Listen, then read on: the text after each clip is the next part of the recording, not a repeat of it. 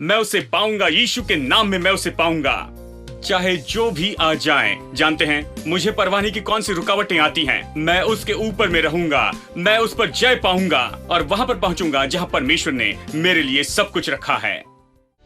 When the oceans rise and thunders roll, I will soar with you above the storm. Father, you are king over the flood. I will be still and know you are God. I will be still and know you are God. When the oceans rise and thunders roar, I will soar with you above the storm. Father, you are king over the flood. I will be still and know you are God. I will be still and know you are God. I will be still and know you are God.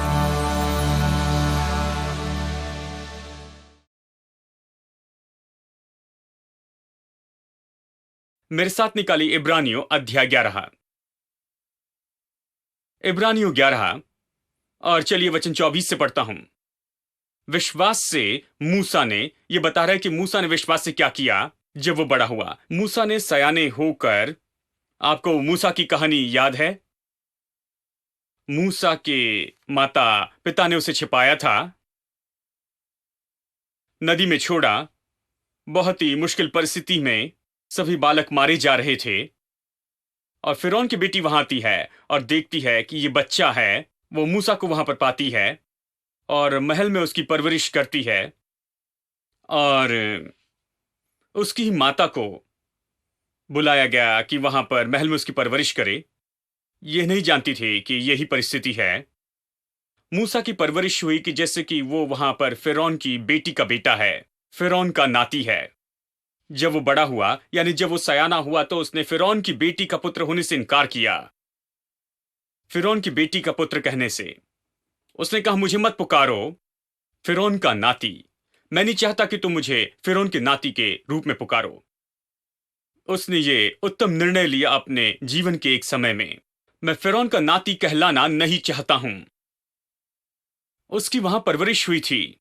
उसने कहा, मैं फिरौन का नाती कहलाना नहीं चाहता हूं क्योंकि मैं फिरौन का नाती नहीं हूं। परिस्थिति बिल्कुल ही अलग है। मैं अब्राहम के वंश से हूं, मैं अब्राहम की वाचा का भाग हूं, मैं जीवित परमेश्वर का हूं, मैं फिरौन के परिवार का नहीं हूं। यह तो मानो इस सीढ़ी से नीचे आना है। यह मेरे लिए बहुत नीचे है। मैं तो अब्राहम का हूं। अब्राहम की आशीष मेरी है, जो वाचा परमेश्वर ने अब्राहम से बांधी वो मेरी है। मुझे फिरौन का नाती नहीं कहना, उसने कहा। यह मेरे लिए बहुत ही महत्वपूर्ण है क्योंकि जिस तरह से मूसा ने निर्णय लिया कि वो फिरौन का नाती नहीं कहलाएगा, फिरौन की बेटी का बेटा नहीं कहलाएगा, हमें निर्णय लेना है कि हम तो खुद को इस तरह से बिल्कुल नहीं कहेंगे। बहुत से लोग खुद को कहते हैं कि वह असफल हैं। कई बार मैं पत्र पाता हूं, दुख की बात है। मुझे याद है एक भाई ने मुझे लिखा, काश वो चर्च में आकर इस तरह के वचन का प्रचार सुनते। उस भाई ने कहा, मैं जो कुछ भी करता हूं वो काम नहीं करता है। मेरी मां मुझसे प्यार नहीं करती, कोई प्यार नहीं करता, कोई परवाह नहीं करता, कोई मुझे नहीं चाहता, कोई नहीं सोचता कि मैं किसी मूल्य का हूं या महत्व का हूं। मैं किसी के लिए कोई उपयोगी नहीं हूं, मैं बेकार हूं। मेरे परिवार का हर एक व्यक्ति कहता मैं किसी काम का नहीं हूं। मैं क्यों जीवन जीऊं? क्यों मैं जिंदा रहूं? और मैंने टीवी ऑन किया और केवल आप ही मुझे बता रहे थे कि मैं योग्य हूं क्योंकि प्रभु मुझसे प्यार करता है, इसलिए पत्र लिख रहा हूं। सब लोग कहते हैं कि मैं बेकार हूं, तो मैं क्यों जीऊं? मैं आपको बताऊं दोस्तों, बहुत से लोगों ने खुद को अनुमति दी है कि वो इसी तरह से कहलाते चले जाएं। बात यह है, दूसरे इस तरह से पुकारते हैं और वो स्वीकार करते हैं। वो इसके कारण परेशान होने देते हैं, इस पर विश्वास करते हैं, इसे लेते हैं, अपने कानों में से लेते हैं, अपने दिल में से लेते हैं, इसे चोट खाते हैं। वो उस घनी छाया में रहते हैं, इन सारे श्रापों में जो दूसरे लोगों के द्वारा उन पर कहे गए हैं। और कई बार तो ये बहुत ही दुख की बात है कि खुद को लोग इस तरह से कहते हैं, क्योंकि दूसरे लोगों ने कई बार इन्हें इस तरह से कहा है, लेकिन अब ये विश्वास करते हैं कि वो ऐसे ही हैं, वो असफल है, वो ये है, वो है, इस तरह कहते हैं। वो कहते हैं मैं गरीब हूं, कंगाल हूं, बेकार हूं, मैं एक पापी हूं, भला नहीं हूं, मैं तो बेकार हूं। मैंने बहुत से लोगों को इस तरह से कहते हुए सुना है। वो खुद को इस तरह पुकारते हैं, वो कंगाल है, पापी हैं, अच्छे नहीं हैं, बेकार है, किसी काम के नहीं हैं। मैं जानता हूं कि आपने भी सुना है कि लोग ऐसे कहते हैं। ये तो ऐसे कहना है जिस तरह से आप उसे देखते हैं। प्रभु जैसे देखता है उस तरह से पुकारना नहीं है। प्रभु आपको ऐसे नहीं देखता है। देखिए, मूसा ने एक बहुत ही अच्छा निर्णय लिया। उसने कहा कि मैं कभी किसी को मुझे इस तरह से कहने नहीं दूंगा। मैं नहीं चाहता कोई मुझे ऐसे पुकारे। मैं फिरौन की बेटी का बेटा होने से इनकार करता हूं। मैं आपको बताऊं, मैं ये कहलाने से इनकार करता हूं कि मैं गरीब हूं, कंगाल हूं। मैं असफल और बेकार कहलाने से पूरी तरह इनकार करता हूं। मैं सबसे उत्तम कहलाने के बिना और कुछ कहलाने से इनकार करता हूं। मैं अच्छा हूं, सबसे अच्छा हूं। परमेश्वर मुझे जो कहता है उससे छोड़कर और कुछ कहलाने से मैं इनकार करता हूं। मैं प्रभु की संतान हूं, परमेश्वर का बेटा हूं। मैं परमेश्वर से जन्मा हूं। मेरे अंदर परमेश्वर का आत्मा है। मैं पवित्र हूं, शुद्ध किया गया हूं। मैं परमेश्वर का हूं। मुझे इस तरह से खुद को कहलाना होगा और इसी तरह से आप खुद को कहलाते जाएं। शायद आज आप खुद को इस तरह से नहीं देखते। शायद आप महसूस करें कि आप अयोग्य हैं। शायद आपने कुछ ऐसा किया हो जिसके कारण ऐसा लगता है। शायद आपका जीवन अभी इस समय असफल दिख रहा है। शायद ऐसा इस समय दिखता है। आपने कुछ कोशिश की, कुछ किया और वो असफल हो गए। कुछ लोगों का विवाह असफल होता है, कुछ लोगों की पढ़ाई असफल होती है, कुछ लोगों के लिए व्यापार असफल हो जाता है। और ये सब शायद ये सच है कि ये आपकी परिस्थिति है, लेकिन बात तो ये है, ये ऐसी परिस्थिति है कि आप जो चीजें हैं ही नहीं उन्हें इस तरह से बुलाए जैसे कि मानो वे हैं। आप असफलता को असफलता न कहें, असफलता के बीच में सफलता को बुलाने लगे। असफलता के बीच में विजय को बुलाने वाले हो जाएं। आप कहने लगे कि आप विजयी हो गए, आप ऊपर आ रहे हैं, आप बढ़ रहे हैं, इससे बाहर आ रहे हैं, आप छुटकारा पा रहे हैं, आप चंगाई पा रहे हैं, आप आजाद हो रहे हैं और आप सफल हो रहे हैं। इस तरह से आप खुद के बारे में कहते चले जाएं। जो नहीं उसे ऐसे बुलाए जैसे हैं। ये भविष्य की बात है, लेकिन इसके बारे में ऐसे कहे जैसे ये पूरा हो चुका है, क्योंकि परमेश्वर ने कहा ये हो चुका है। तो ये योग्य है कि इस तरह से कहें कि आप हाँ, ये हो चुका है। यदि प्रभु ने इसे कहा है तो ये मानो हो चुका है मेरे दोस्तों। तो इसी तरह से कहते जाएं। अब ये ऐसा क्षेत्र है जो कि आत्मिक क्षेत्र में, आत्मिक जीवन में संभालना मुश्किल है। जो चीजें हैं ही नहीं उसे ऐसे बुलाना जैसे कि मानो वो है, ये तो मसीह विश्वासी के लिए सबसे मुश्किल बात है, क्योंकि लोग इसे नहीं समझ सकते हैं। इसका मतलब क्या है? जो चीजें नहीं है उन्हें ऐसे बुलाना जैसे वो हैं। मुझे बताइए कि जो चीजें जैसी है वैसी असलियत में उसे कहें। जैसे है वैसे बताए। संसार यही तो कहता है। ये मत कहिए जो चीजें नहीं है उन्हें ऐसे बुलाए जैसे वो हैं। जैसे है वैसे बताइए। यानी अगर पैसा नहीं है तो बताइए कि मेरे पास पैसा नहीं है। जानते हैं, मेरे पास कुछ नहीं, पता नहीं क्या करूं। खैर, ये जैसे है वैसे बताना जरूरी नहीं कि आप चर्च में आए, बाइबल लेकर आए और पवित्र आत्मा आपको सिखाए और प्रचारक आपको सिखाते जाएं और इस तरह के चर्च में और कार में पेट्रोल डालकर इतनी दूर की यात्रा करते हुए आप आए कि आप यहां पर आए, समय निकाले, कुछ घंटों तक यहां पर बैठे रहें कि इस तरह की बातों को सुने। अगर आपको जो है वैसे बताना है तो बाहर सभी लोग जैसे है वैसी तो बता रहे हैं। ये कोई बड़ी बात नहीं है। हर कोई बता सकता है कि वास्तव में क्या है। सड़क पर किसी को भी पूछिए, वो बताएंगे कि सच में वास्तव में कैसे है। आप यहां पर क्यों आते हैं? आप यहां पर आते हैं क्योंकि आप यहां पर विश्वास के सिद्धांत सीखते हैं। आप यहां पर आते हैं क्योंकि जैसी चीजें वो आपको पसंद नहीं है, तो इसलिए आप जहां पर है वहां से जहां पर होना चाहिए वहां पर आप जाना चाहते हैं। आप विश्वास करते हैं कि सब कुछ अलग होना चाहिए। आप विश्वास करते हैं कि आपको यात्रा करनी है असफलता से सफलता की ओर। आप यहां पर आते हैं कि उससे संबंधित परमेश्वर के सिद्धांतों को जानें। और इसीलिए आज सुबह आप जल्दी उठें और इसलिए आप तैयार हो गए और इसलिए आपने खर्च की परवाह नहीं की और इसलिए आपके मन में इसके लिए परेशानी नहीं थी और इसलिए आप यहाँ पर आए, कुर्सी देखी और उस पर बैठ गए। धीरे से मेरे प्रचार की राह देखते रहें। क्यों? क्योंकि यदि आप बाहर के किसी भी व्यक्ति जैसे होते, आप इतना परिश्रम नहीं करते। ये तो सच में बहुत ही विशेष है। ये तो निश्चित ट्रेंड के विरुद्ध में जाना है मेरे दोस्तों। ये तो बहाव के विरुद्ध में तैरना है। ये तो आत्मिक सिद्धांत सीखने के बारे में है, और जो चीजें है ही नहीं उन्हें ऐसे बुलाना है जैसे मानो वे हैं। ये तो वैसे ही है जो बाहर के लोग नहीं जानते हैं।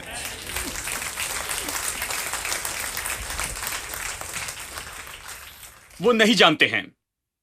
आपको ऐसी जगह पर आना ही होगा और इसे सुनना होगा कि इसे जाने, और इसी तरह से आप अपने जीवन को असफलता से सफलता में लाते हैं, और इसी तरह से आप जा सकते हैं दुखों से, परेशानी से, आनंद और शांति में, और इसी तरह से आप आगे बढ़ सकते हैं सारी असफलता से सफलता में। आपको ऐसी जगह पर आना ही होगा। आपको बाइबल लेनी होगी, आपको पवित्र आत्मा चाहिए, और आपको परमेश्वर के वचन के बारे में अच्छा प्रचार और शिक्षा चाहिए कि इससे अपने दिल में और मन में उतार दे। इस पर विश्वास करना होगा, इसका अभ्यास करना होगा, इसे कहना होगा ताकि ये पूरा हो जाए।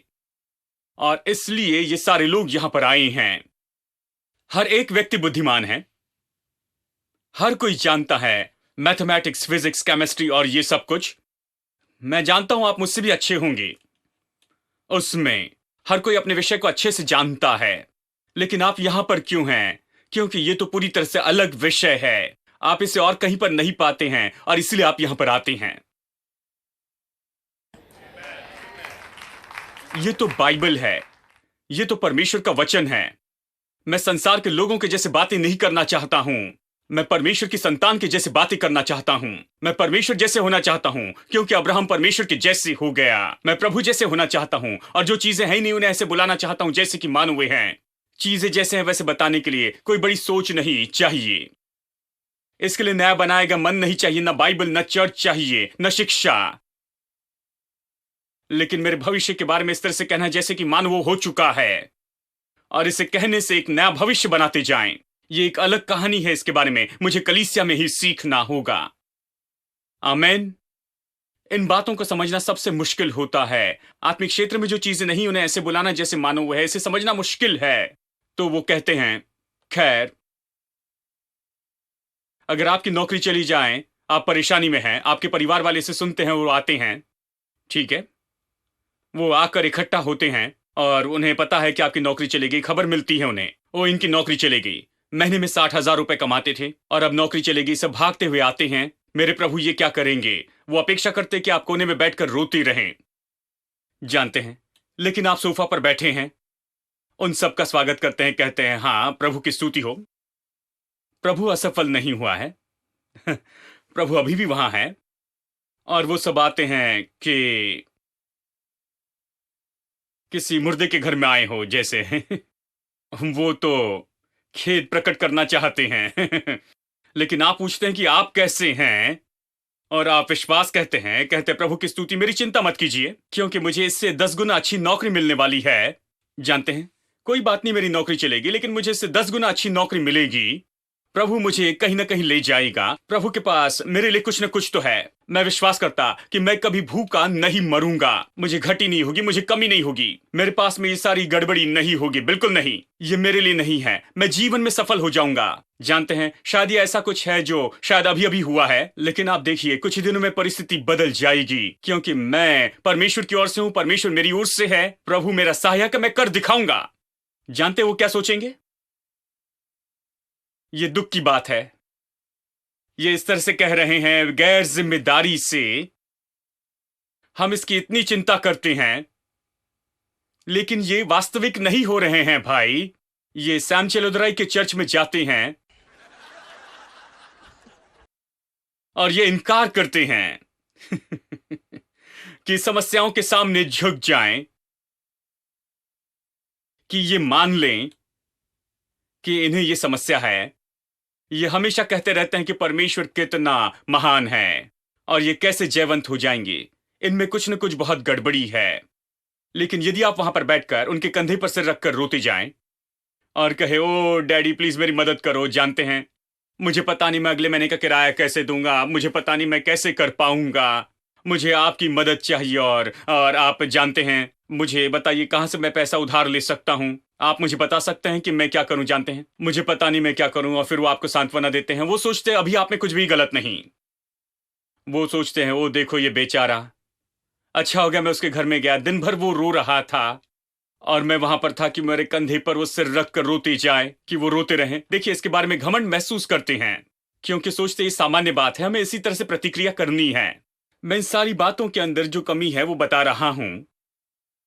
अगर आप नकारात्मकता कहें, नकारात्मक काम करते जाएं, अपनी परिस्थिति के बारे में रोते रहें, सबको दुख होता है, वो आपके पास में आकर कहते हैं, ओ देखो बेचारे, ओ ये बहुत परेशान है, इनके लिए प्रार्थना कीजिए पास्टर। और वो फोन पर सभी को बताते हैं, प्रचार करते हैं और सभी को बताते हैं कि ओ ये तो बड़ी समस्या में फंस गया है, इसके लिए प्रार्थना करो, वो रो रहा है। जानते हैं वो कैसे रोता है? मैंने उसे ऐसे रोते हुए नहीं देखा। उन्हें ये सारी बातें पसंद है, लेकिन उन्हें विश्वास की बात पसंद नहीं है। मैं इसी के बारे में कह रहा हूं। मैं संसार के बारे में चौंक जाता हूं दोस्तों। मैं सोचता हूं संसार में क्या गलत है, वो सोचते हैं कि मेरे दिमाग में क्या गलत है।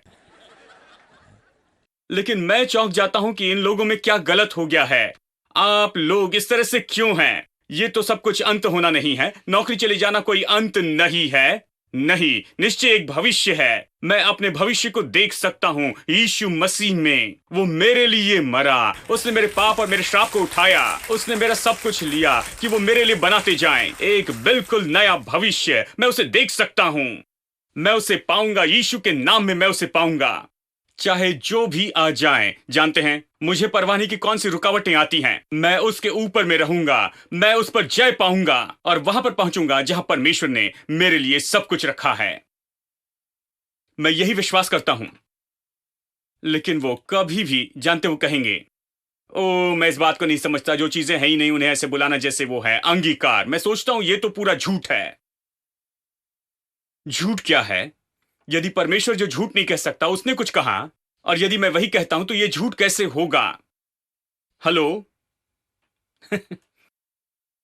बाइबल कहती है, पौलुस कहता है कि तुम वैसे ही करने वाले हो जाओ प्रभु के। कितने लोग प्रभु के जैसे करना चाहते हैं?